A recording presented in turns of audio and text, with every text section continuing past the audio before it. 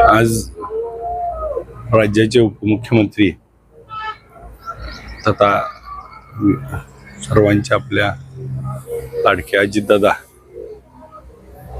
आज ह्या घटनेला कसं बोलावं असं निशब्द झाले. कारण माझ्या आयुष्यात अनेक वर्ष दादांच्या सहवासात राहिलो. विठ्ठल कारखान्याच्या कर्ज मंजुरीच्या वेळी असेल, निवडणुकीच्या आधी असेल, कारखाना चालवण्यासाठी असेल, आमदार झाल्यापासून तर असा कोणताही आठवडा गेला नाही की मी दादाला भेटलो नाही. मागच्या 8 दिवसापूर्वी जेव्हा प्रचार सुरू व्हायचा होता तेव्हा दादांबरोबर आम्ही बसलो सगळे.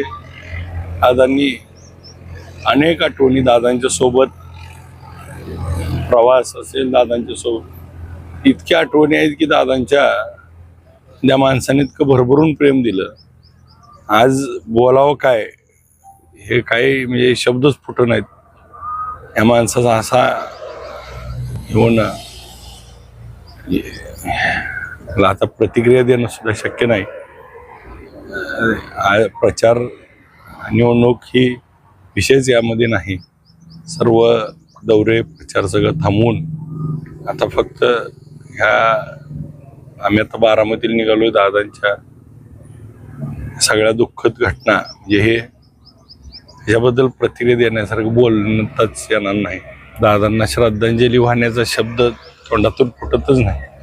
दादांना श्रद्धांजली वाहणं म्हणजे हे आयुष्यात कधी अशी वेळ असं वाटत नव्हतं. दादांना भावपूर्ण श्रद्धांजली अर्पण करतो.